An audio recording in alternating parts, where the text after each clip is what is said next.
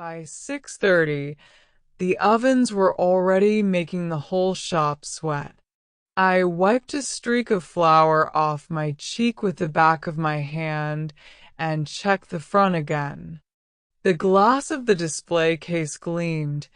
The chalkboard menu was only slightly crooked, and the crookedness almost looked intentional, like a personality trait instead of a flaw. Cinnamon nuts, blueberry scones, crescent rolls lined up like obedient little soldiers. All of it smelled like comfort. All of it looked like debt. Evie.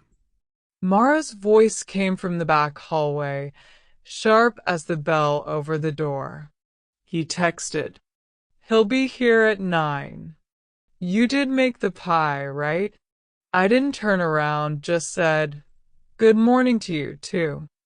I pulled a tray of golden biscuits from the oven and set them on the counter to cool, breathing through the wave of heat. And yes, it's chilling. You didn't burn it this time? I shot her a look over my shoulder. That was one time, 3 years ago. And Mrs. Lambert still brings it up every Thanksgiving. Mara stepped fully into the kitchen, her heels clicking against the worn tile, her dark hair pulled into a slick ponytail that never seemed to loosen no matter how humid the bakery got. She wasn't a blazer. Nobody who worked with yeast at dawn should be in a blazer. But that was the thing about heart and crust now. One sister kneading dough, the other negotiating with landlords. Mara's eyes flicked to the corner where a cardboard box sat half-taped. I followed her gaze and felt my stomach knot. "Don't start," I said quietly. I wasn't going to say anything. She pushed her sleeves up, a clear sign that she was absolutely going to say something. I was just noticing that the box is still empty. Like the account. The box was labeled in my handwriting, "Old recipes. Keep." I'd written it last week, in a moment of weakness, when I'd almost admitted that Mara might be right, that we might actually need to pack up and walk away before the bank decided for us. Almost. "I'll pack when there's something to pack," I muttered, sliding the biscuits onto a tray. "That's not how leases work," she said. "We're 2 months behind, and Reynolds already said." I know what Reynolds said. The words came out sharper than I meant. Heat rose up my neck. I pretended it was from the ovens. I was there, remember? Mara's expression softened for a second, like she might apologize, like we might actually talk instead of circle each other with the same arguments, but then she seemed to catch herself. Her mouth pressed into a line. "That's why I set this up," she said. "You remember that part? Potential investor? 9 o'clock. Investor." The word felt foreign in the kitchen, like someone had spoken in another language. "It's just a meeting," I said. "Nobody throws money at a failing small-town bakery. I don't care how good the pie is." Mara smiled tight. "This one might. Trust me." There was again that edge in her voice that made me feel like we were on opposite teams instead of the same sinking ship. I wanted to ask more, but the bell over the front door chimed, and Mrs. Lambert's familiar shuffle drifted in. I slipped into my practice smile and headed out to the counter, leaving Mara staring at the empty box. The morning rush washed over us like it always did. Construction workers, nurses coming off night shifts, the same tired teachers with their orders memorized. They were the rhythm of my life, the beat I had rebuilt myself around after everything fell apart 10 years ago. When I'd run from a white dress and a church full of people and never gone back. 10 years, and I still felt it when someone said the word wedding. 10 years, and I still hadn't called him. Earth to Evie. Mara nudged me with a hip as she slid a tray of croissants into the case. Don't zone out. You do that squinty thing with your eyebrows. It scares the kids. I do not. Ask the Henderson twins. I wanted to laugh. For a heartbeat, I even almost did. But then I saw the time on the register display. 8:47. In 13 minutes, the person Mara was pinning our future on would walk in. In 13 minutes, someone we didn't even know would look at my life's work and decide if it was worth salvaging. I wiped my hands on my apron and slipped back to the kitchen. The pie was waiting on the cooling rack, glass dish still warm underneath. The crust was a golden weave, the filling a bright, glossy swirl of lemon and berry, my mother's recipe. The one thing she'd written down in her looping handwriting before she got too sick to hold a pen. For a second, I just stood there and looked at it. If this fails, it won't be because of the pie, I told myself. It'll be because Mara trusted the wrong person. Because I couldn't let go. Because we were already too late. My brain was always generous with options for blame, as long as none of them landed on bad luck. I set the pie carefully on a white pedestal and carried it out to the front. Mara's eyes lit up despite herself. Okay, she said, exhaling. If this doesn't impress him, nothing will. Who is him, exactly? I asked. You still haven't told me. I told you. A friend of a friend. You'll see.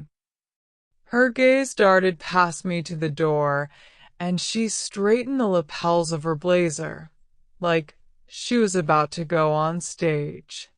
Is he a loan shark? A mobster? Please say mobster. That would at least be entertaining. Mara gave me a look. Just try not to bite his head off, okay? We need him. The need sat between us, heavy and undeniable. I opened my mouth, probably to say something defensive, probably to say I wasn't the one who always ruined things. But the bell chimed again. It wasn't dramatic. No gust of wind, no cinematic slow motion. Just a soft ring and a man in a plain black hoodie walking in, hands in his pockets, hood down. He could have been any other customer, except he wasn't. He pushed his sunglasses up into messy dark hair and looked around with the kind of attention people usually reserve for art or strangers' arguments. His eyes swept the chalkboard menu, the mismatched chairs, the cracks in the tile. Then they landed on the pie. Something in his face shifted almost imperceptibly. That's him. Mara hissed under her breath. That kid. The word slipped out before I could catch it. Up close, he wasn't actually a kid, mid-20s, maybe, but compared to the bankers and lawyers I'd been picturing, he might as well have been fresh out of high school. Mr. Reyes. Mara stepped forward, business smile in place. Thanks for coming. He shook her hand, then mine when she introduced us. His grip was warm, firm, but his eyes barely met mine. They kept drifting to the pie, like it was the only thing in the room that mattered.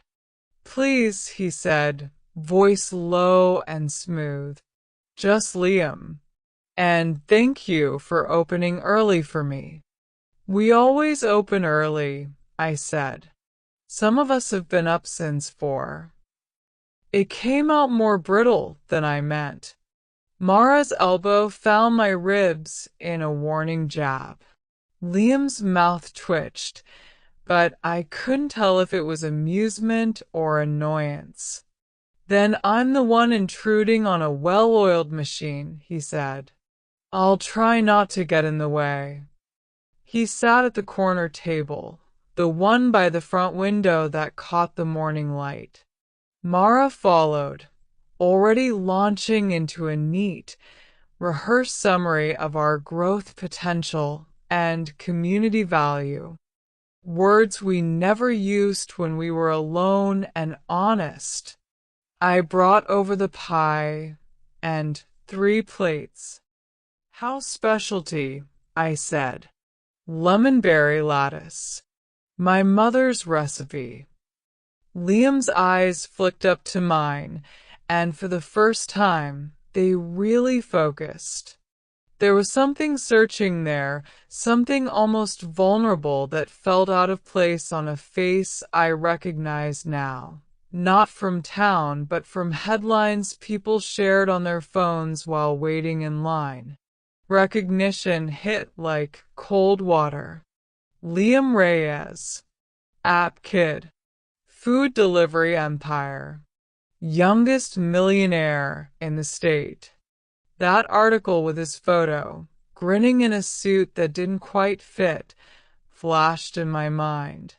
What was someone like that doing in my failing bakery? "I haven't had a pie like this in a long time," he said quietly. "You haven't tasted it yet," I replied, because my mouth always grabbed for sarcasm when my brain panicked.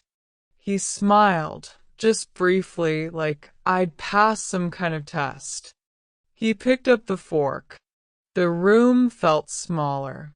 Even the hum of the refrigerator and the muffled street sounds outside seemed to dim as he cut into the slice. Berry filling bled onto the plate, slow and thick. He brought the bite to his mouth. And then everything went wrong. The second the fork touched his tongue, his whole body jerked. His hand dropped, the fork clattering against the plate. Color drained from his face, leaving him white and raw. He stood up so fast his chair scraped back with a screech. "Liam?" Mara's voice went high. "Are you?" He didn't answer. His knees buckled, and he sank down, not just into the chair, but all the way to the floor, one hand braced on the tile, the other clutching his chest like he'd been stabbed. For one wild heartbeat, I thought, "Oh God, he's allergic. I'm killing him," and the world tunneled in around the pie, the plate, the crumbs on the table. But then a sound tore out of him. Not a cough, not a gasp. A broken, strangled sob. In the middle of my quiet little bakery, the young millionaire who might decide the fate of my entire life dropped his knees on the floor, shaking, eyes squeezed shut, and started to cry. For a second, nobody moved. The 3 regulars at the back table froze with their coffee halfway to their mouths. Mrs. Lambert's hand hovered over the sugar packets. Mara's eyes were huge. The practiced business smile snapped clean off her face. And Liam, young millionaire, app genius, whatever the headlines called him, was on his knees on my bakery floor, shoulders shaking. Call 911, I heard myself say, already reaching for my phone. My voice sounded distant, like it was coming from someone else. His hand shot out and gripped my wrist. Hard. Don't, he choked. I'm not, it's not. His eyes were red, wet, but there was no wheeze in his chest, no rash, no tightening throat. Just tears. Too many, too fast. I hesitated, thumb hovering over the keypad. Are you sure? Because if you're about to go into anaphylactic shock over my pie, I'd really like to know before the lawsuit. It was a terrible joke at a terrible moment. Mara made a strangled noise like she might actually murder me before the allergic reaction had a chance. But Liam huffed out something that might have been a laugh if it wasn't tangled with another sob. He let go of my wrist and swiped his sleeve across his face, smearing the tears but not stopping them. I'm fine, he said. His voice was wrecked. I wasn't ready. Ready for what? Mara asked, stepping closer, heels clicking too loud in the silence. He looked up at me, not at her. For a heartbeat, the room fell away. It was just those eyes, wide open now, nothing polished or careful about them. For her, he whispered. The hairs on my arms rose. He's having a panic attack, I said, quieter. We should move him to the back. Mara nodded quickly. Right. Yes. Everyone, free refills on coffee, she called to the room, her voice snapping back into hostess mode. Evie, help him up. I've got it, he muttered, already pushing himself off the floor. His legs wobbled, so I grabbed his elbow on instinct. His hoodie was soft, and under my hand his arm was solid, not at all like the fragile image of him on the tile.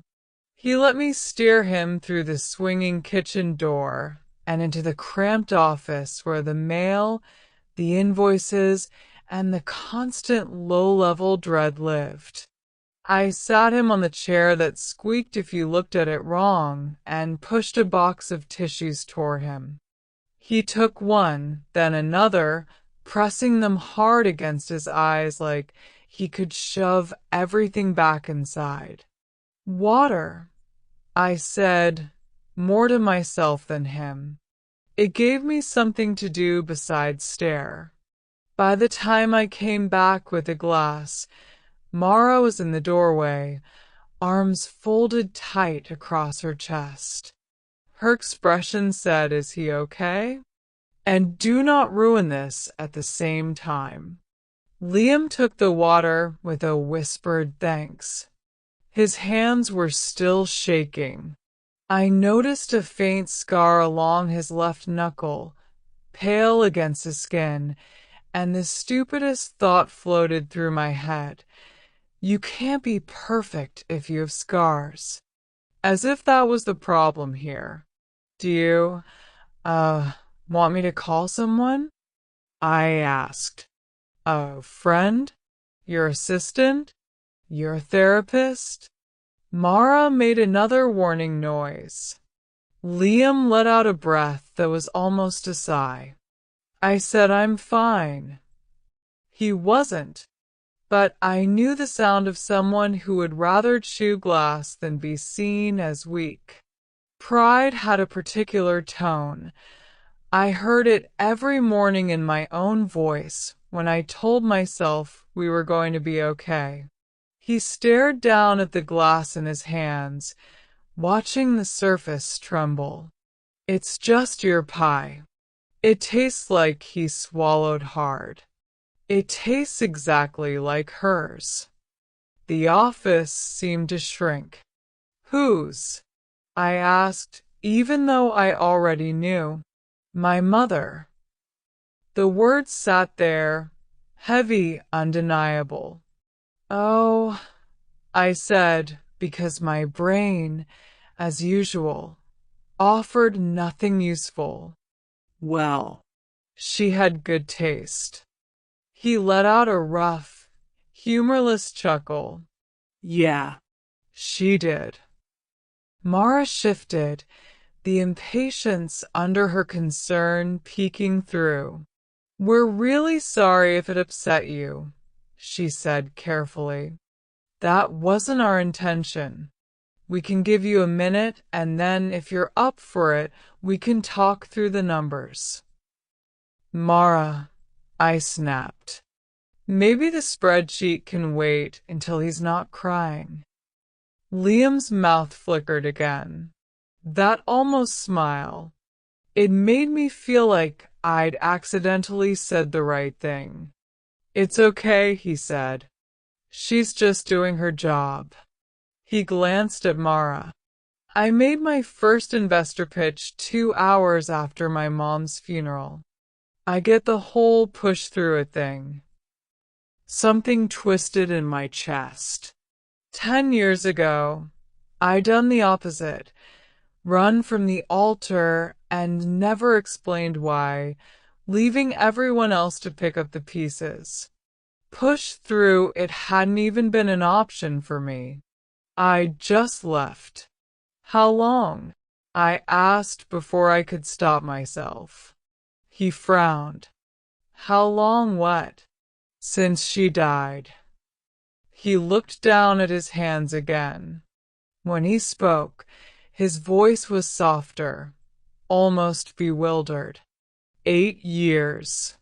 But it feels like 2 minutes and also like a different life that happened to someone else. The last time I tasted her pie, we still lived in a 1-bedroom above a laundromat. I was coding between deliveries, she was baking out of a toaster oven. We used to talk about opening a place like this. His throat worked. Then the app took off and she got sick and he shook his head. Anyway, we never got the bakery. I studied him, the clean lines of his hoodie, the expensive watch half hidden under the cuff. The headlines came back with more detail now. Son of an immigrant single mom makes tech fortune. I'd skimmed them back then, resenting how easy it all sounded. Overnight success. As if there was such a thing. It didn't mention this. The way he was gripping the glass like it was the only thing holding him to the present. My mom never had a toaster oven, I said, because apparently I wasn't capable of saying I'm sorry like a normal person. But she did have this pie recipe. She used to make it when things were bad. Hospital bills, fights, whatever. It was like her way of pretending we could eat our way out of trouble. He looked up at me slowly. Did it work? Sometimes, I admitted. Until it didn't. Silence settled between us. Not comfortable, exactly, but less jagged. Mara sighed quietly, the sound of someone watching the clock in her head. So, she said, tone softer now. This is obviously a lot. We didn't mean to blindside you with something so personal. We can reschedule the meeting if you want. Liam nodded, then stopped. No. I came here to see if this place was worth saving. His gaze swept the cramped office, the crooked calendar, the stack of unpaid invoices half hidden under a baking magazine. I just didn't expect it to punch me in the face. Taste buds, I corrected automatically. Technically. He actually smiled at that, brief but real. Taste buds. Right. I caught Mara watching his face, recalculating. That was her gift, turning any new information into leverage. I knew that look. It scared me and reassured me at the same time. She straightened. We can give you the full picture, she said. Our numbers, our backlog, the community support, everything. You should know exactly how much trouble you'd be buying into. Mara, I warned. I hated the sound of that sentence, like we were trying to sell him a broken car with a fresh paint job. But Liam held up a hand. I want to know, he said. All of it. Just not today. He stood slowly, the chair squeaking in protest. I need to recalibrate. He headed for the door, then paused and turned back. His eyes met mine, and there was something like resolve there now, layered over the rawness. Evie, right? He asked. Yeah. That pie, he said quietly. Don't change it. Not a single thing. If we do this, it has to stay exactly like that. If we do this, I echoed. The words felt dangerous in my mouth. We're not a food truck brand. We're not a ghost kitchen. This is a family place. I'm not slapping my mother's recipe on an app as a marketing gimmick. It came out harsher than I intended. The air stiffened. Mara's eyes flashed. Evie. But Liam just nodded, like I'd told him something important. Good, he said. I don't want a gimmick. I have enough of those. He slid his hands into his pockets. I'll be in touch. Think about what you'd want from a partner who's more complicated than a bank. Then he was gone, the door swinging shut behind him with a soft click that somehow sounded like a gunshot. For a moment, the only sound was the distant murmur of customers in the front and the steady tick of the ancient wall clock. Mara rounded on me. What was that? She hissed. We're not a marketing gimmick. Are you trying to scare him off? I was being honest, I said, lifting my chin.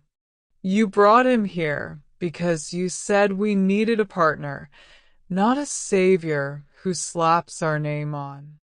Mara threw her hands up so fast the stack of unpaid invoices on the desk fluttered to the floor. You cannot talk to him like that, she said, jabbing a finger toward the door Liam had just walked through. Do you understand who he is? What he could do for us? I knelt to gather the invoices, more to avoid her eyes than to save the paper. Yes, I know exactly who he is, I said. A guy who cried on our floor because my pie tastes like his dead mom's. That doesn't scream stable business partner to me. Her jaw clenched. You're unbelievable. And you're acting like the bank grew a soul and showed up in a hoodie. I shot back. We don't know him, Mara. He got emotional, fine. I get that. But you're already handing him keys to the place in your head. I'm trying to keep the lights on, she snapped. You think I like talking about growth potential and market share? You think I wear a blazer because I enjoy sweating through polyester at 7 a.m.? I'm doing what Mom couldn't. That landed somewhere deep and sore. For a second, the office blurred. My fingers tightened on the crumpled bill in my hand. Mom didn't fail, I said quietly. Her body did. And you ran, she said, just as quietly. You ran instead of staying and helping her. The floor seemed to tilt. It had been years since she'd thrown that at me outright. Usually it just hovered between us, unsaid, heavy. I stood, the papers shaking in my grip. You know that's not fair. Maybe not, she said, but it's true. We stared at each other across the tiny office, the pie smell curling in from the kitchen like a ghost. Neither of us moved until the timer dinged and dragged me back to the present. Croissants, I muttered, pushing past her. Customers. We went through the rest of the morning on autopilot. She handled the register with a brittle brightness that made her cheeks flush. I baked like I was punishing the dough, kneading and folding, rolling and cutting, my body making muscle memory decisions while my brain replayed the last hour on a loop. Liam's tears, his voice when he said her, the way he'd looked at the pie like it was a time machine. And underneath all of that, Mara's words, you ran. By closing time, my feet hurt, my hands hurt, and my chest hurt most of all. We wiped tables in silence. Mara counted the till a little too loudly. He's going to call, she said finally, not looking up.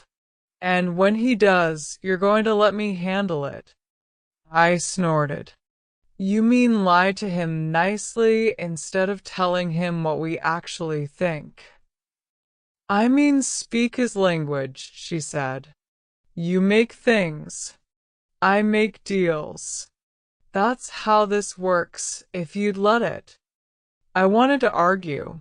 I wanted to say I'd handled plenty on my own while she was at college, while I was here with Mom, while the chemo turned our kitchen into a battlefield. But I was too tired, and I knew that if I started, I might not stop. So I just said, we'll see, and flipped the sign to closed. 3 days passed with no word. On day 1, I told myself he was busy. People with his kind of money had calendars full of people begging them for attention. On day 2, I told myself it was a good sign. If he decided we weren't worth the trouble, Mara would have gotten a polite rejection email with too many adjectives by now. On day 3, I stopped pretending I wasn't checking my phone every 10 minutes. No call. No text. No email. Maybe it was just too much, I said to Mara as we prepped for the lunch rush, slicing strawberries in mechanical rhythm. Maybe the pie stirred things up and now he's avoiding us. Or maybe he's doing due diligence, she replied, tossing spinach into a bowl with more force than necessary. Which, by the way, he would have an easier time with if we had organized books. They're organized, I said automatically. Into piles, she said. Evie, his team is probably combing through our online presence, our reviews, our health inspections. He can't ghost us. This isn't dating. I flinched at the word. She caught it and rolled her eyes. Oh, relax. Not everything is about him. But the knot in my stomach tightened anyway, full of memories of unanswered calls and changed numbers and standing alone in the church parking lot while my phone went straight to voicemail. The universe had a sense of humor. Apparently, it liked reruns. The email came that afternoon, just after we'd sold the last slice of quiche. It was short, almost annoyingly so. From Liam@reyeslabs.com. Subject: Heart and crust. Evie. Sorry for the delay. I meant what I said. I want to see if there's a way to make this work. Can you and Mara come to my office tomorrow at 11? I'll have my CFO there to go over options. And please, if you can, bring another pie. Liam. Mara read it over my shoulder. I could feel the electricity snap through her. Yes, she said. We're going. I didn't say. Evie. She gripped my arm, hard enough to make me look at her. You can't play martyr over this. Do you want to keep Mom's recipes alive? This is how we do it. We go. We listen. We decide. I stared at the screen. The words options and CFO glowed like warning signs. Options for who? I muttered. Us or him? But my fingers were already typing a reply.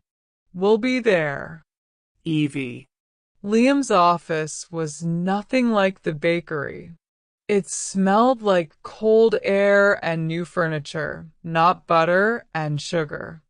Glass walls everywhere, people in hoodies and noise-canceling headphones gliding past with laptops balanced on one hand.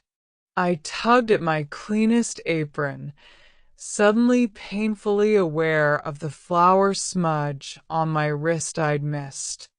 Mara, in a navy dress and heels, looked like she'd been born in hallways like this. She walked a step ahead of me, shoulders squared, like she belonged. I hated that I admired it. A young woman with blue hair and a nose ring greeted us at the front desk, her smile practiced but friendly. You're from Heart and Crust, right? Liam said to send you straight back. Her eyes flicked to the pie carrier in my hands. Is that? House specialty, I said. She grinned. Bless you. The man forgets to eat unless someone puts food in front of him. Somehow, that detail made my chest ache. We followed her down a corridor of glass boxes masquerading as offices. Liam's door was open. He was inside, standing by a whiteboard covered in diagrams and numbers, talking to a man in a crisp shirt whose expression could have sliced bread. When Liam saw us, something in his posture loosened. For a second, his CEO mask slipped, and the guy who'd knelt on my floor flashed through. Hey, he said, crossing the room in quick strides. You came. You invited, I said. We're not the ones with a staff and a calendar. The corner of his mouth twitched. Fair. He introduced the man by the whiteboard as Jordan, his CFO. Jordan shook our hands like he was checking our pulse for weakness. So, Jordan said, sinking into a chair at the sleek table. Let's talk reality. I glanced at Liam. He gave me a small nod, like I know this part sucks, but trust me. I wasn't sure I did. We went through everything. Revenue, rent, outstanding debts, seasonal dips, community events that brought in spikes of cash and goodwill, but not enough to matter on a spreadsheet. As Mara spoke, I watched Liam instead of the numbers. His face stayed mostly neutral, but every time we mentioned something about the neighborhood, the high school around the corner, the older regulars who came in just to chat, the way we donated leftovers to the shelter, his eyes sharpened. When Jordan asked about scalability, his jaw clenched. Finally, Jordan leaned back, steepling his fingers. Okay, he said. Here's the situation. You are sentimental gold and financial chaos. Excuse me? I said. You have a strong brand story, he clarified. Local loyalty. Signature product. But the margins are thin, the overhead is high, and there's no cushion. One more bad month and you're done. We know, Mara said, stiff. That's why we're here. Right. Jordan glanced at Liam, then back at us. So, if Reyes Labs gets involved, it has to make sense. We're not a charity.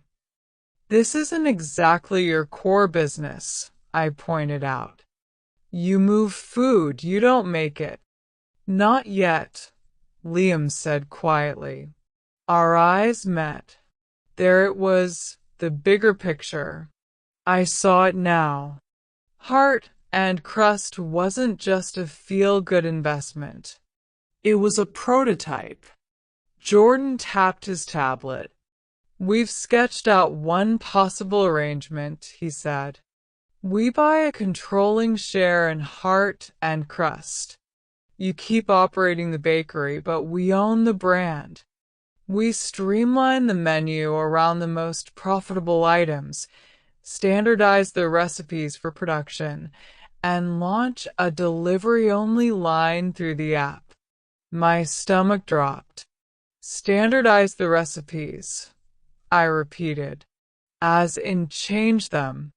Refine them, he said. Scale them.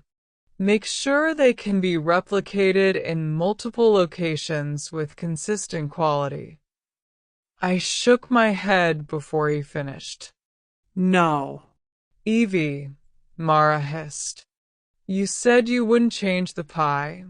I reminded Liam, eyes locked on his. You said not a single thing. He looked pained. We wouldn't change it, he said. We'd adjust how it's made in different settings. But the taste. The taste is everything, I snapped. My mom's handwriting is all over that recipe card. It's not a formula, it's a person. Silence pressed in. Jordan watched us like we were a messy experiment. Mara's hand found my forearm under the table, fingers digging in. Evie, she murmured, please. Just listen. We can't afford to be precious about this. Precious. I turned to her, anger flaring. This is our mother. This place is her. And she's gone, Mara said, eyes bright with unshed tears. We're the ones left trying to pay for what she couldn't finish. If we lose the bakery because you refuse to compromise on a pinch of sugar, would she be proud of that? The words slammed into me. I opened my mouth, then closed it. My throat was suddenly too tight. Liam exhaled, long and slow. Jordan, can you give us a minute? He asked. Jordan frowned. We're not. Now, Liam said sharper. It was the voice of the guy who'd built a company, not the one who cried over pie. Jordan shut his tablet with a click and left, the glass door whispering closed behind him. Liam turned back to us, dragging a hand through his hair. He looked suddenly younger and older all at once. I'm not trying to erase your mother, he said to me. If anything, I want more people to taste what she made. But I have investors, a board, people who expect me to turn feelings into numbers. I can't pretend the math doesn't matter. And I can't pretend the math is all that matters, I said. I did that once, remember? 10 years ago, when I tried to become someone's perfect future on paper and ignored what my gut was screaming. I'm not doing that again. Mara stared at me. This isn't your runaway bride story, Evie. This is Rent. I know that. The shout surprised even me. It bounced off the glass and made a couple of heads turn outside. My eyes burned. I blinked hard, refusing to cry here, in this cold, expensive office where everything important felt invisible. I'm not saying no, I said finally, voice raw. I can't say yes to this version. To losing control, to turning her pie into another product on a screen. There has to be another way. Liam studied me, something like conflict warring in his expression. Okay, he said slowly. Then we find one.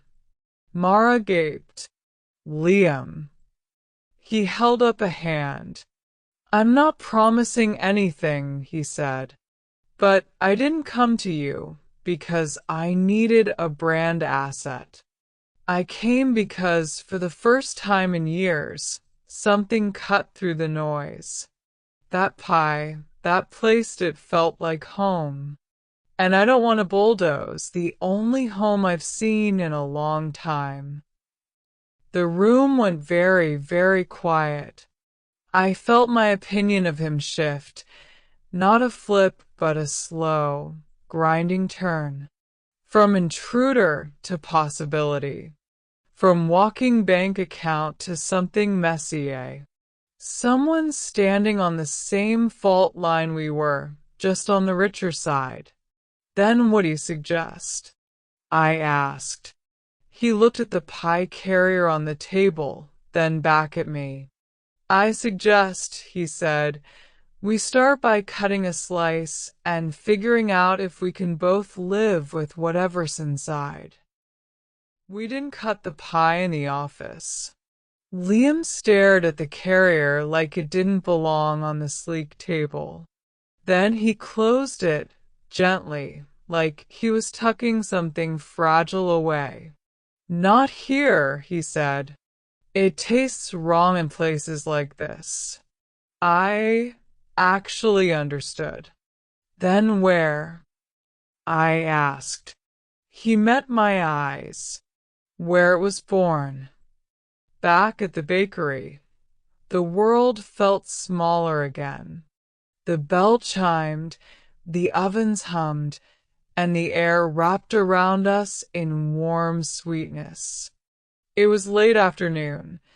The rush had thinned to a couple of high school kids sharing a muffin and a man with a laptop nursing his third coffee. Liam stood just inside the door, hands in his pockets, looking oddly out of place and strangely relieved. Mara flipped the sign to closed with a decisive snap. We're doing this now? She asked. You have a hard deadline, Liam said. Your landlord isn't going to take a heartfelt letter instead of a check. How do you? I started. Public records, he said. And I asked. He nodded at Mara. She told me about Reynolds. My head whipped toward her. You what? She drew herself up. He needed the full picture. And it's not like it's a secret. We owe 2 months' rent, and he gave us 30 days before he files for eviction. You keep pretending we can bake our way out of that, but we can't. 30 days. I knew the number, had circled it on the calendar myself. Hearing it out loud made it more solid, like a sentence being read. Liam walked to the counter, running a hand lightly along the worn wood, the faint knife marks, the ring where someone had spilled coffee years ago that never quite scrubbed out. You said there has to be another way, he said to me. So show me what you're protecting. I knew what he meant. Not the numbers. The soul. I moved on instinct. Apron on, hair up, oven preheating. I pulled flour, sugar, butter, berries from their places like pulling notes from a familiar song. The pie dish, the rolling pin, the card with Mom's handwriting, edges gone soft from being touched too often. Liam watched, silent, leaning against the door frame of the kitchen. Mara perched on a stool, arms crossed, eyes following every movement like she was waiting for me to slip. Okay, I said, laying the dough on the floured counter. This is the part you can't put in a spreadsheet. I worked the butter into the flour by hand, not with a mixer. Pebbles, not grains. Cold, not room temperature. When I reached for the water, I didn't measure. I let my fingers decide when the dough was right, just barely holding together. Mom's trick. Listen more to texture than to numbers. Liam spoke for the first time in 10 minutes. If someone else made it, he said quietly, could they get that right? Someone else who? I shot back. A kid in a prep kitchen on their third job this week?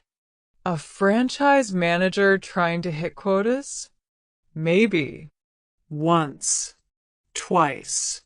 But can you guarantee it? Can you guarantee they'll feel what this is? I held up my floured hands. Because if they don't, it'll show up right here. He didn't argue.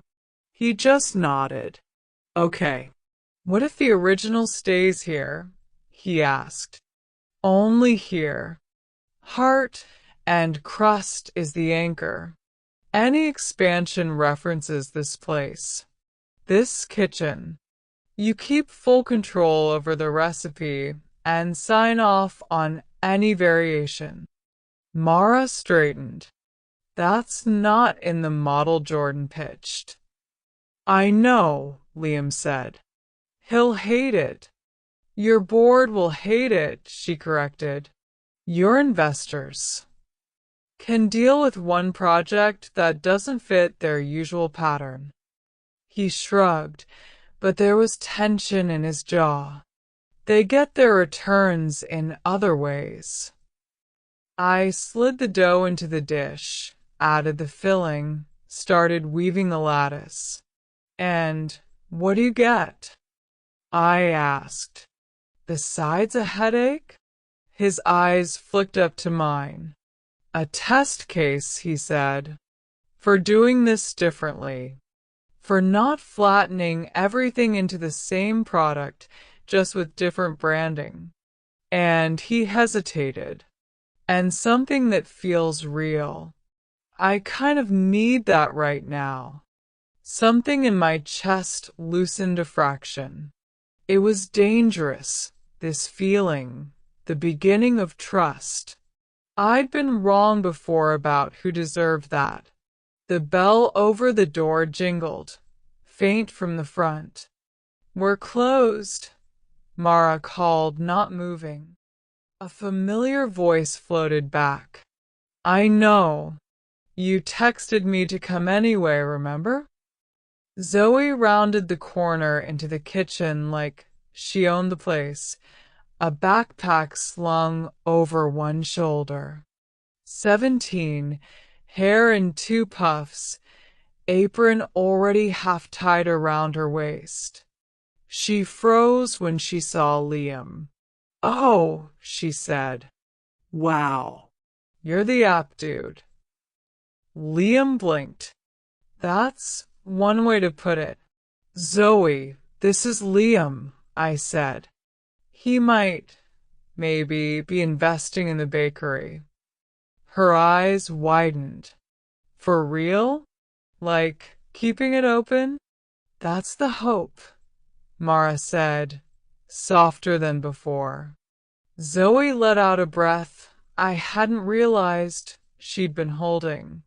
"Good," she said. "'Cause I kind of need this job to exist for at least another year." "College, I guessed." She nodded. "Deposits due in July. If you guys close, I'm screwed." She said it bluntly, not to guilt us, just stating fact. That was her way. Liam watched her, something shifting in his expression.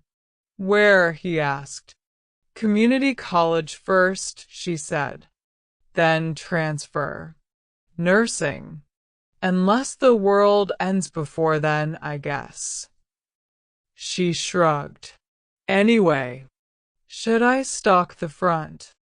"Please," I said, throat tight. She disappeared, humming under her breath. Her presence lingered, though, like a third voice in the room. It hit me, clear and sharp. This wasn't just about us clinging to Mom's memory. There were ripples.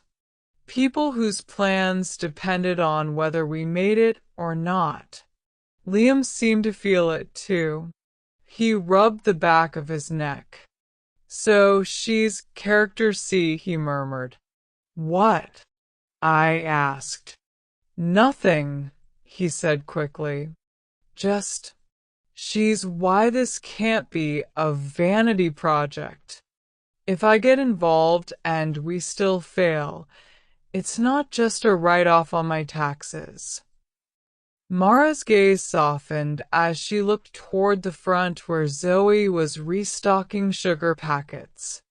"Welcome to my brain at 3 a.m., she said.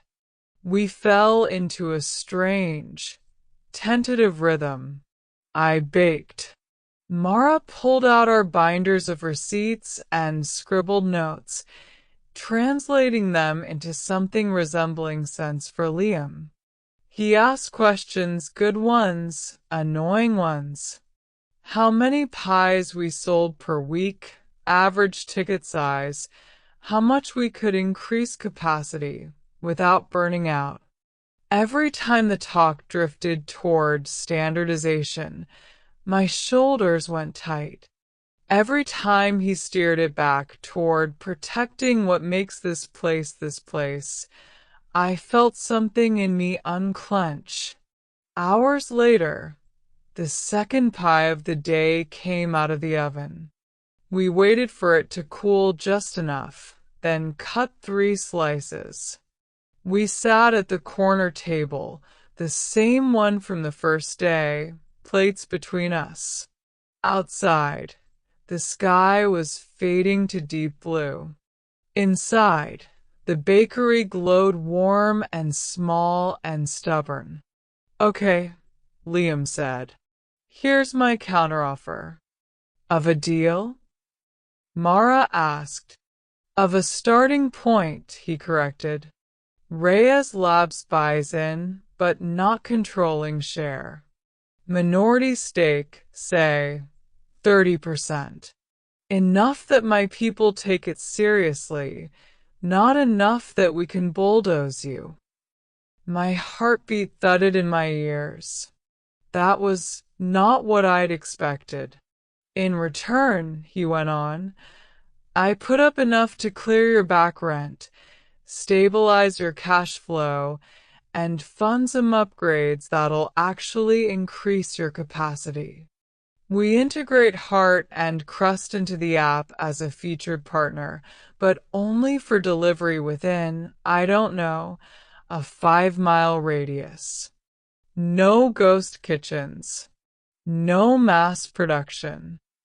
Mara's eyes were bright, calculating. And long term. Long term, he said. We revisit after a year. If it's working, actually working for all of us, we can talk about expanding. Maybe a second physical location. Maybe teaching other bakers your method under your supervision. Evie, not behind your back. My fork hovered halfway to my mouth. And if it's not working? I asked. He didn't flinch. Then I eat the loss, he said. You get the year. The debt gone. A running start. You're not worse off than you are now. I'd be the one taking the hit. Mara inhaled sharply. Liam, that's reckless. He smiled faintly. My board will say that. They're not wrong. But I'm allowed one reckless bet, and I want it to be this. Silence fell. Not empty, a thick, heavy silence full of possibility and fear. I thought of Mom's recipe card, stained and worn. I thought of Mara's shoulders, always a little too tight lately. Of Zoe's easy grin, her college deposit circled in red on the calendar she kept in her locker. Of Liam on my floor, tasting something that had been gone for 8 years and breaking open in front of strangers. My opinion of him shifted another notch. Not all the way to trust, but closer, warmer. How do we know you won't change your mind in 3 months? I asked. Decide the numbers don't justify the nostalgia and pull out. Leave us hanging when we've already adjusted everything for your app? You don't, he said simply. Just like I don't know you won't decide I'm a corporate parasite and sabotage the partnership out of stubbornness. He held my gaze. That's the risk. The question is whether we think each other is worth it. Mara looked at me. Really looked. For once, there was no accusation in it, just a naked plea. Evie, she said softly, I can't do another year of waking up wondering if the locks will have changed. I love this place, but I can't keep holding my breath. This is a chance to exhale. Just a little. Her honesty undid me more than her earlier anger had. It wasn't just about the bills for her. It was about not having to be the responsible one who never got to fall apart. I took a bite of the pie. The crust shattered just right. The filling hit that exact balance of tart and sweet that made my chest ache with memory. I watched Liam taste his slice, eyes closing for a heartbeat, the corners of his mouth, though not quite smiling, less haunted than before. I could almost see the fork in the road in front of us. Stay the same, and likely lose everything slowly, quietly. Change and risk losing pieces of myself in the process, but maybe save the heart of it. I need time, I said finally, to think, to talk to a lawyer, to breathe. Of course. Liam nodded immediately. You should have someone look over any terms. I'll have Jordan draft something non-predatory, just to shock him. Mara exhaled, tension leaking from her shoulders. Thank you, she murmured. Zoe poked her head in from the front. Hey, boss ladies, she said. There's a guy outside staring at the closed sign like it offended him. You want me to send him away, or? Her gaze flicked to Liam. For a second, I imagined telling her, this man might decide whether you can afford to leave town next year. The power he had over us. No, not over us. With us if I chose it. Tell him we're closed, I said. Then, after a breath, but give him a slice of the day-old cake on the house. And one of your job flyers. We might need more help soon. Zoe grinned. On it. As she disappeared, Liam watched me with a new kind of curiosity. That sounded a little like hope, he said. Don't get used to it, I replied. It might just be low blood sugar. He laughed, the sound low and surprised. It made something warm flicker in my chest. We weren't saved. There was a contract coming that could still blow everything up. There were 30 days ticking down, and my trust issues were not going to vanish because one rich boy cried over pie. But for the first time in a long time, the future didn't feel like a brick wall. It felt like dough, still needing work, still dangerous if overhandled, but maybe, just maybe, ready to rise. The contract arrived 2 days later. It came as a PDF attached to an email from Jordan, full of polite phrases and sterile subject lines. Draft Reyes Labs / Heart and Crust Partnership Agreement. Mara printed it before I could talk her out of wasting ink. The pages came out warm and smelling faintly of toner, like a warning. We spread it on the corner table between a tray of cooling cinnamon rolls and the tip jar. The bakery was technically open, but the mid-morning lull meant we had a few precious minutes without customers. Okay, Mara said, rolling her shoulders like she was about to lift something heavy. Let's just read it. No prejudging, no panic. Prejudging is my love language, I muttered, but I picked up the top page anyway. It started easy enough. Names, addresses, boring legal headers.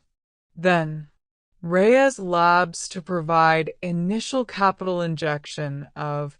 My chest loosened a fraction at the number. It was enough. More than enough to wipe the red off our books, fix the ovens, maybe even replace the flickering neon sign that buzzed like a trapped fly. Heart and Crust to grant Reyes Labs a 30% ownership stake. So far, that matched what Liam had said at the table over pie. I could almost hear his voice in my head. Minority stake. Not enough to bulldoze you. I relaxed. For about 3 seconds. Then my eyes snagged on a different section. In the event that Heart and Crust fails to meet agreed-upon performance benchmarks for 2 consecutive quarters, Reyes Labs shall have the option to acquire an additional 21% ownership at a preset valuation. My vision tunneled. Option to acquire, I read out loud, the words scraping my throat. That's control. Mara leaned in, skimming the paragraph. I watched the color drain from her face, then slowly come back in 2 high spots on her cheeks. It's if we miss targets, she said. If. That's just standard investor stuff. Standard. We own you if you stumble stuff, I shot back. He said minority stake. He said no bulldozing. This is bulldozing with nicer font. She flinched. Evie, calm down. I pushed back from the table so hard my chair squealed. The three regulars at the back glanced over, then quickly pretended not to listen. Years of small-town manners had trained them well.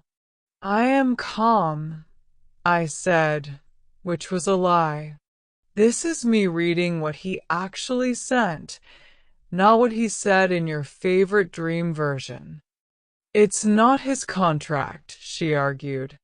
It's Jordan's. Liam probably hasn't even seen every line. And that's better how? I demanded. He promised us one thing and handed the actual power to someone who doesn't care if we're sentimental gold or financial chaos, remember? We're not a charity. His words. Mara's jaw tightened. And what exactly did you think, Evie? That a millionaire was going to write us a handwritten IOU with a heart over the I? That's not how the world works. The bell over the door chimed. We both pasted on smiles automatically as Zoe came in, juggling a backpack, a to-go coffee, and a stack of flyers for some school event. She stopped when she saw our faces. Oh no, she said. Is this the we're closing talk? I didn't bring tissues. It's not, I said quickly. Yet. Mara shot me a look. We're not closing, she said firmly. We're reading a contract, and we're going to have a lawyer look at it. Good, Zoe said, dropping her bag behind the counter. Because I talked to the financial aid office yesterday, and apparently they don't accept brownies as currency. Rude, right? Her attempted joke skimmed over the surface of the tension and sank without a splash. Do you want me to not be here? She asked more quietly. I forced a smile. You're fine. Start with the front case? We're running low on scones. She nodded and disappeared into the kitchen, humming under her breath. The sound made my throat ache. Lawyer, I echoed. Right. We'd already booked an appointment with one of Mara's old classmates who'd gone to law school instead of business. I'd agreed because it sounded responsible. Now it felt like the only thing holding me back from burning the contract in the oven. The lawyer's office was 2 floors above a nail salon and 3 floors below a dentist. The waiting room smelled like disinfectant and artificial lavender. Certificates covered the walls, all neatly framed and impressively meaningless to me. Her name was Karina. Late 30s, sharp bob, sharper eyes. She shook our hands firmly and didn't waste time on small talk. So, she said, once we were seated at her round conference table with its too shiny surface. You're the bakers in need of a rescue. We prefer strategic partnership, Mara said weakly. Karina smiled a little. Of course you do. She read the contract in silence, pen tapping occasionally against the margin. Every tap made my stomach lurch. Finally, she looked up. Okay, she said. Short version?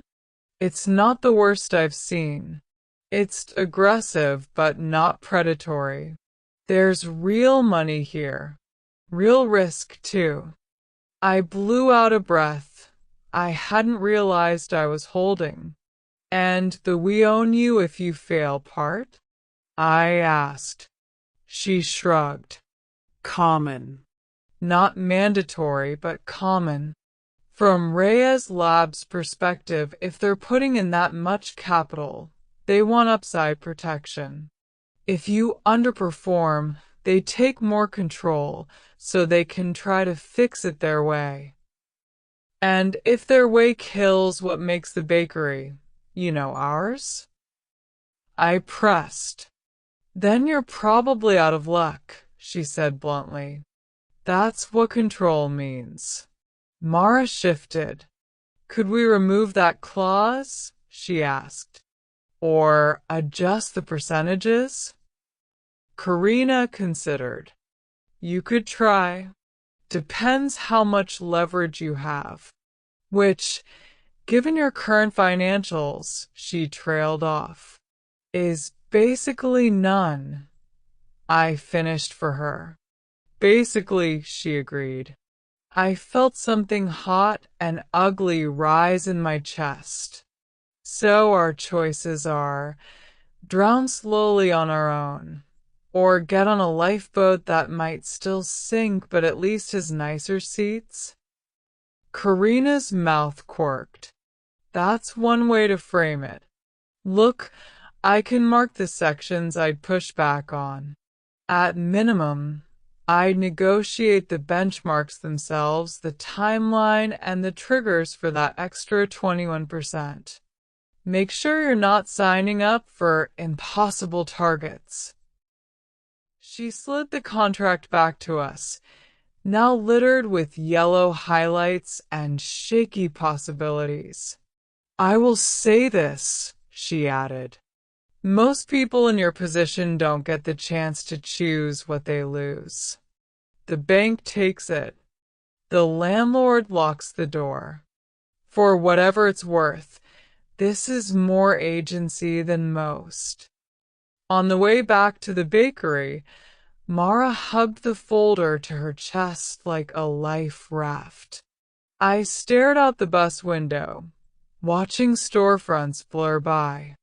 Hair salons, laundromats, little restaurants with handwritten specials in grease pencil on the glass. How are you not angrier? I asked finally. Mara sighed. I am angry, she said. I'm furious. At the landlord. At the bank. At the economy. At Mom, a little, for not leaving us better prepared. She hesitated. At you sometimes. I swallowed. There it is. But I'm also tired, she went on.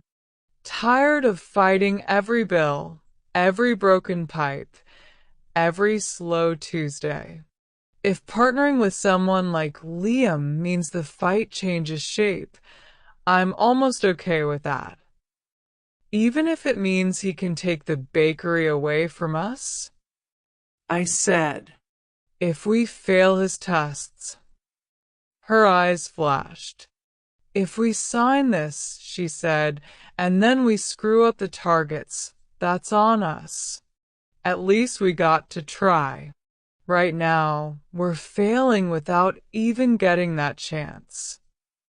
We rode the rest of the way in silence. Liam came by that evening unannounced.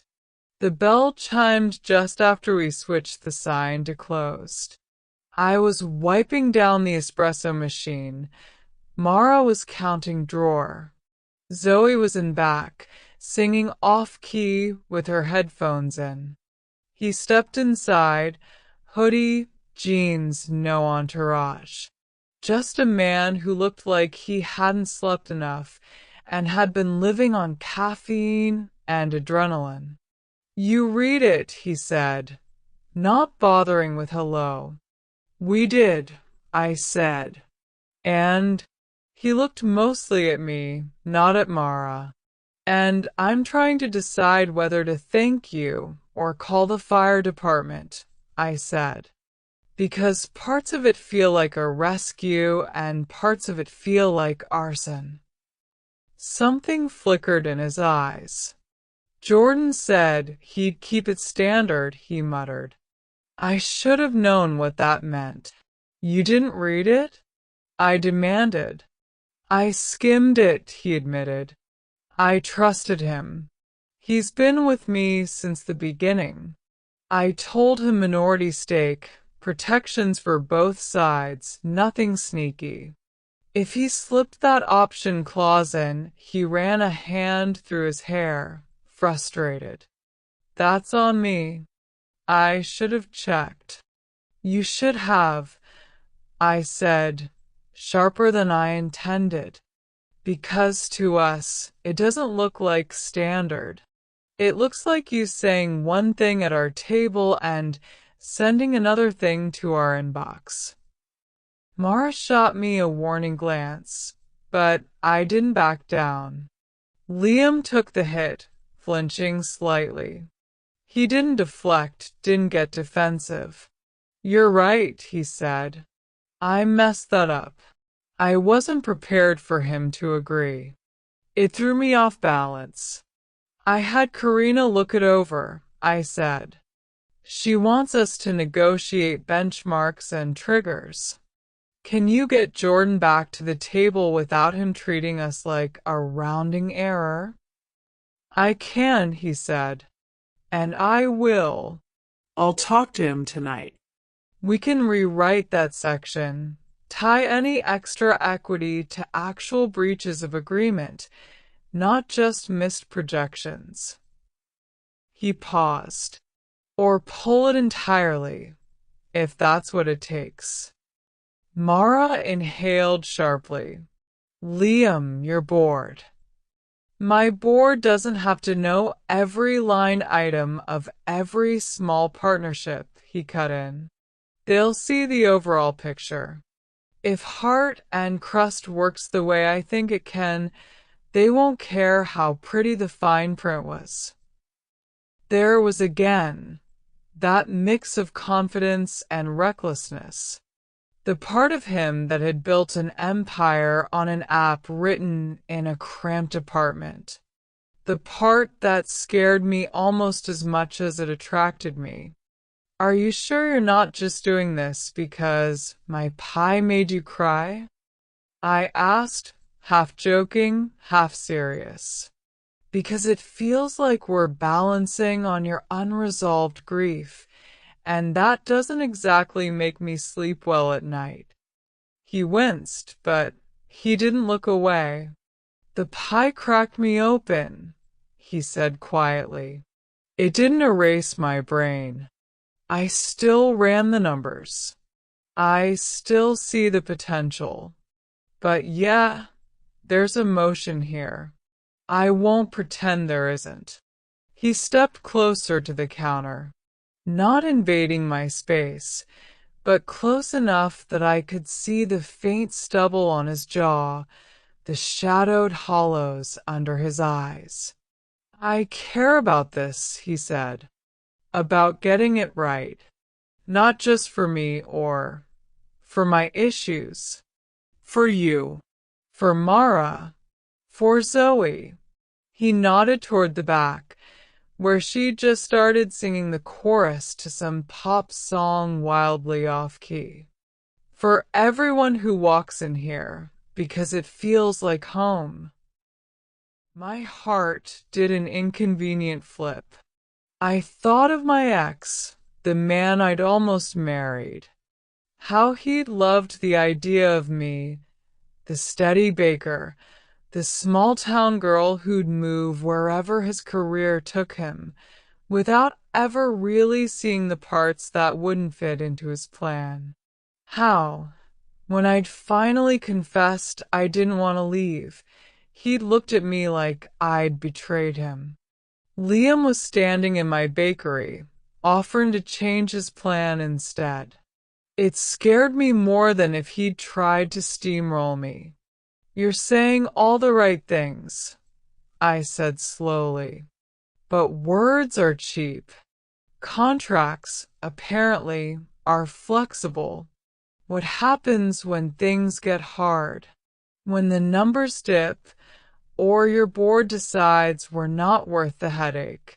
Do we still get this version of you? Or the one who built an app empire by cutting anything that slows him down? He stared at me, and for a moment, I saw the temper there, banked under all that control, the drive that could bulldoze if he let it. Then he exhaled. I don't know, he said honestly. I've never done this before. Not like this. Every partnership I've made up to now was clean, efficient, no history, no family, no pies. His mouth curved. You're asking me to be a different kind of CEO. I'm asking you to be a different kind of risk taker. Neither of us can guarantee we won't screw it up. The honesty disarmed me more than any promise could have. Behind us, Zoe appeared in the doorway, pulling off one headphone. She said. Sorry to interrupt the emotionally complicated eye contact, but Reynolds is outside. My stomach lurched. The landlord? She nodded. Looks mad. Or constipated. Hard to tell with him. Mara went pale. He's early, she whispered. He said 30 days. It's only been 23, I finished, already moving toward the front. Reynolds was standing on the sidewalk, arms crossed over his chest, manila envelope in his fist. His suit was too big, his tie too tight, his expression pinched like he smelled something unpleasant. Evening, he said as I opened the door. We're closed, I said automatically. This won't take long. He held out the envelope. I gave you time, Evans. More than I had to. But the owner's done waiting. Papers are filed.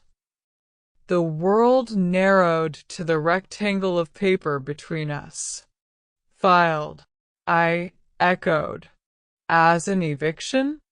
He didn't blink. You'll get the official notice in the mail, but consider this a courtesy. You've got 14 days to vacate once it's processed. 14? Mara repeated faintly behind me.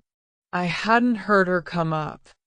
That's not what you said, I whispered. You said 30. I said I'd wait 30 before filing, he corrected. I did. Now the clock's on the court schedule, not mine. Liam had come up behind us, silent.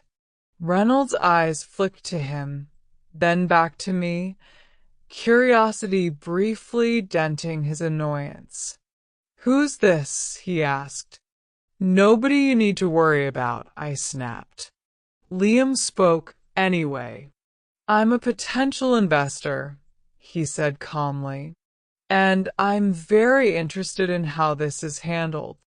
Reynolds snorted. Investors, huh? Heard that one before. He turned back to me. I'm sorry, Evie. Really? But feelings don't pay mortgages. He walked away, shoes clicking on the sidewalk. The envelope felt heavy in my hand, like it was full of rocks instead of paper. 14 days. The number echoed in my skull, pounding in time with my heartbeat. Mara's fingers dug into my arm. We don't have time to negotiate for weeks, she said, voice shaking. We need this, Evie. Now. Whatever version of the contract he wants, we take it. We don't get to hold out for the perfect blend of ethical and comfortable anymore. Liam looked between us, jaw tight. I'll get Jordan back to the table tomorrow, he said. We'll strip the worst parts and fast track the rest. We can move money and time. You don't know that, I said. I can try, he shot back. Isn't that better than doing nothing? The bell above the door swayed slightly from the draft, the soft jingling absurdly cheerful over the weight of what he'd just offered. I looked at Mara, eyes wild, hope and fear battling.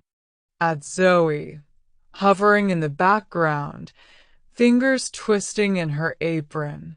At Liam, carrying his own ghosts and a future that could either save us or swallow us. My whole life I'd avoided cliffs like this. I ran from the altar rather than step into a future I didn't trust.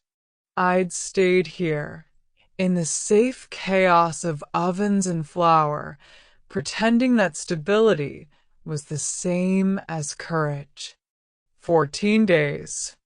Every unresolved thing between us, all of us, was about to come due. We can't sign anything else until that clause is gone, I said finally, voice low. I won't hand Mom's bakery to someone who can flip a switch and erase us the second we're inconvenient. Mara made a strangled sound. If you blow this up because of your fear of being left again, and if you sell us out because you're tired of being scared, I shot back. The words landed like slaps. We both flinched. Liam stepped back, hands up, like he'd walked into the middle of someone else's house fire. This is exactly what I was afraid of, he said quietly. That I'd make things worse before I made them better. You haven't made anything yet, I said. That's the point. His eyes met mine, full of something fierce and wounded. Then let me, he said, or walk away now. But don't slow bleed this. You don't have time. He turned and left before I could answer, the bell's chimes stretching into the kind of silence that makes you hear your own heartbeat. Behind me, Mara whispered, if you push him away, I don't know if I can forgive you this time. Zoe swallowed audibly. Should I start looking for another job? She asked. I stared at the eviction envelope in my hand, at the contract folder on the counter, at the pie case reflecting my own pale, tight face back at me. Somewhere between pride and survival, between old wounds and new chances, a decision was waiting, and I had 14 days left to make it. The next 48 hours tasted like metal. I baked on autopilot. My hands did what they'd been trained to do. Measure, cut, fold, wait. But my mind kept circling the same three numbers. 30%, 21%, 14 days. The eviction envelope sat on the office desk, unopened since that first night. I didn't need to see the official stamp to know what it said. The contract sat beside it, dog-eared and yellow-lined. Every time I passed the doorway, it felt like walking past a hospital room we were pretending wasn't there. On the third morning, the bell over the door chimed before we'd even flipped the sign. Liam. He looked rough, hoodie rumpled, eyes shadowed, like sleep had been optional and he'd opted out. He held a folder in one hand and a takeout coffee in the other. "We need to talk," he said. "You always say that right before you drop another grenade," I replied, but I stepped aside to let him in. Mara wiped her hands on a towel and emerged from the kitchen, already braced. Zoe hovered by the espresso machine, not even pretending not to listen. Liam set the folder on the corner table, right on top of Jordan's contract. "I talked to him," he said. "And to my board chair. And to a couple of people who think I've lost my mind." "Comforting," I muttered. He ignored that. "This is the revised draft," he said, sliding the top page toward us. "No option clause. No automatic path to majority ownership.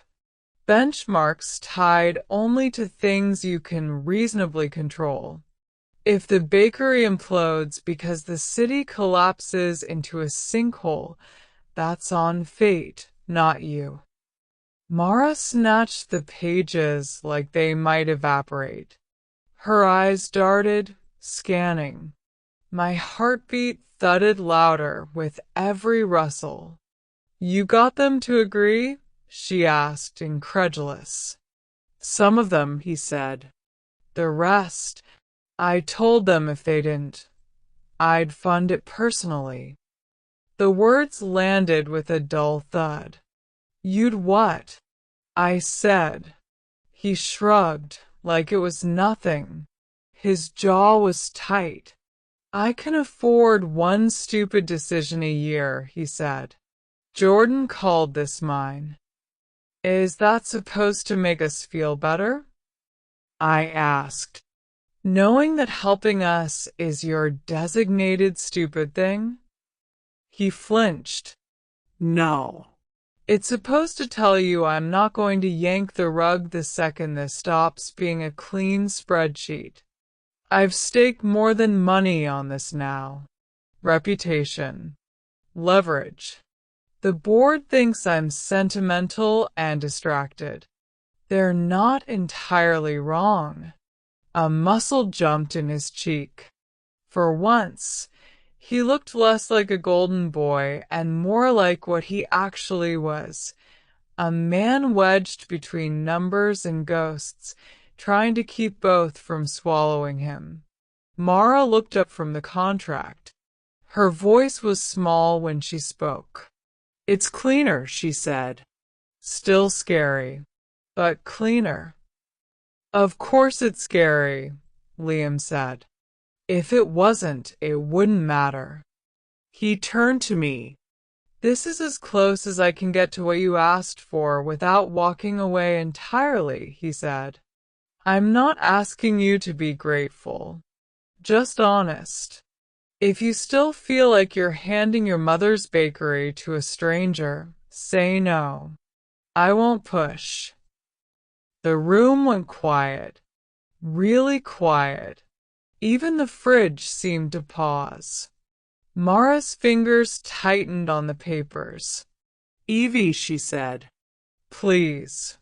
There it was, the breaking point. Not the landlord, not the contract. This moment. Her eyes on mine, wide open, nothing left to hide behind.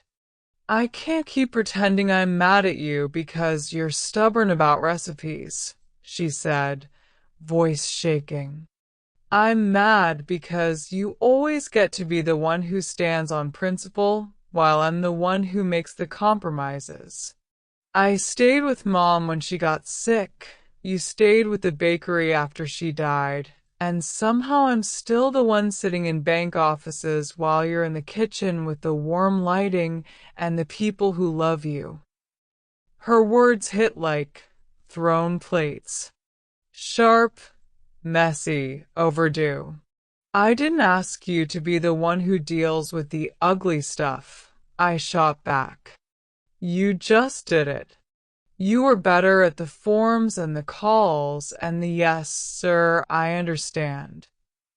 I'm not built for that, Mara.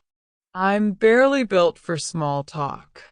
And I'm barely built for watching you burn yourself out on things we can't afford to keep, she snapped.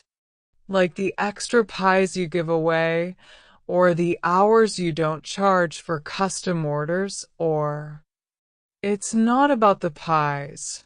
I cut in. It's about Mom. You think I don't know that you resent me for leaving when she needed us? Her mouth snapped shut. There it was. The thing neither of us ever named.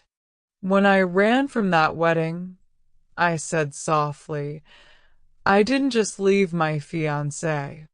I left the future everyone had planned for me. Mom's version. Yours. His. All of it. I was supposed to move away, send money home, feel guilty, but successful. Instead, I came back here and hid in the kitchen because it was the only place that made sense. You didn't just hide, she said.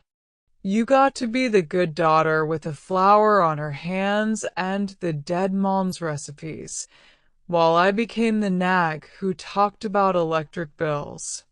You were comfort, I was consequence.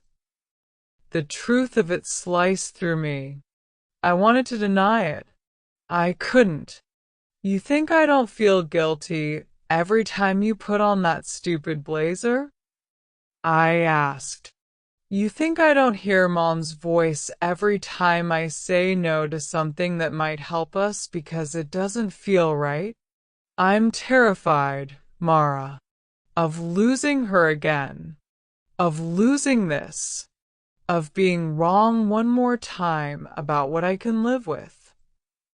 And I'm terrified of losing you, she whispered, of waking up one day and finding a post-it on the counter like the one you left him. The church, the note, the way I'd written, I can't do this instead of I don't know who I am in your life.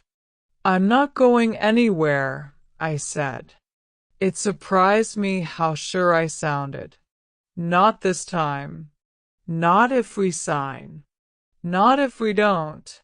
I'm tired of running before people have the chance to leave me. Liam shifted, uncomfortable but unwilling to move. He was the stranger in the most private part of our house, and we just ripped up the floorboards. This partnership could still fail, I said, turning to him. You could lose money. We could lose the bakery eventually anyway.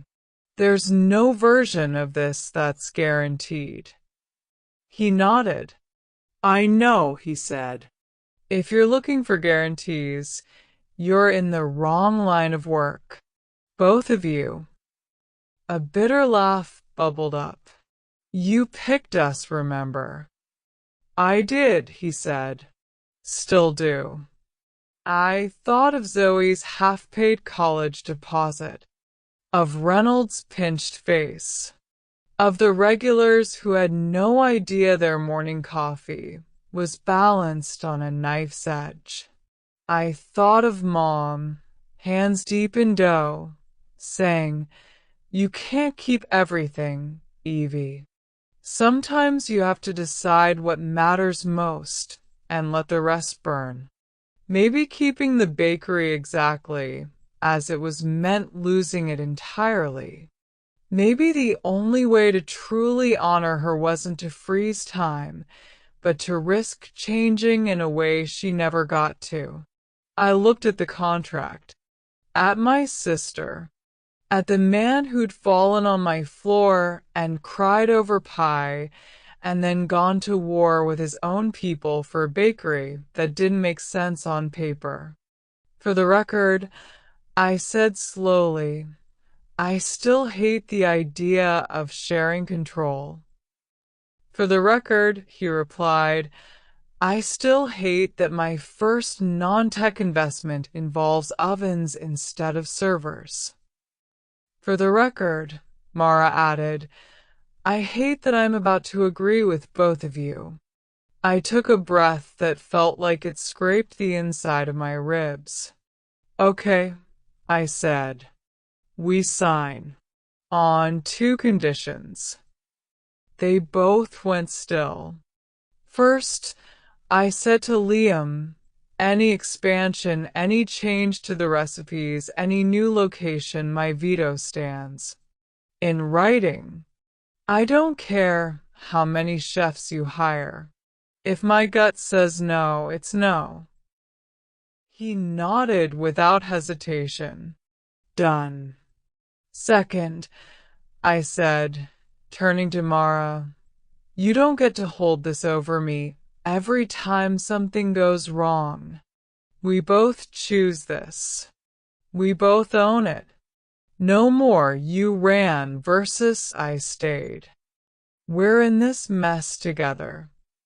Her eyes filled, but she smiled, a small, crooked thing that looked more like her than any business face she'd ever worn. Deal, she whispered. But I reserve the right to say I told you so if we get rich. You can put it on a t-shirt, I said.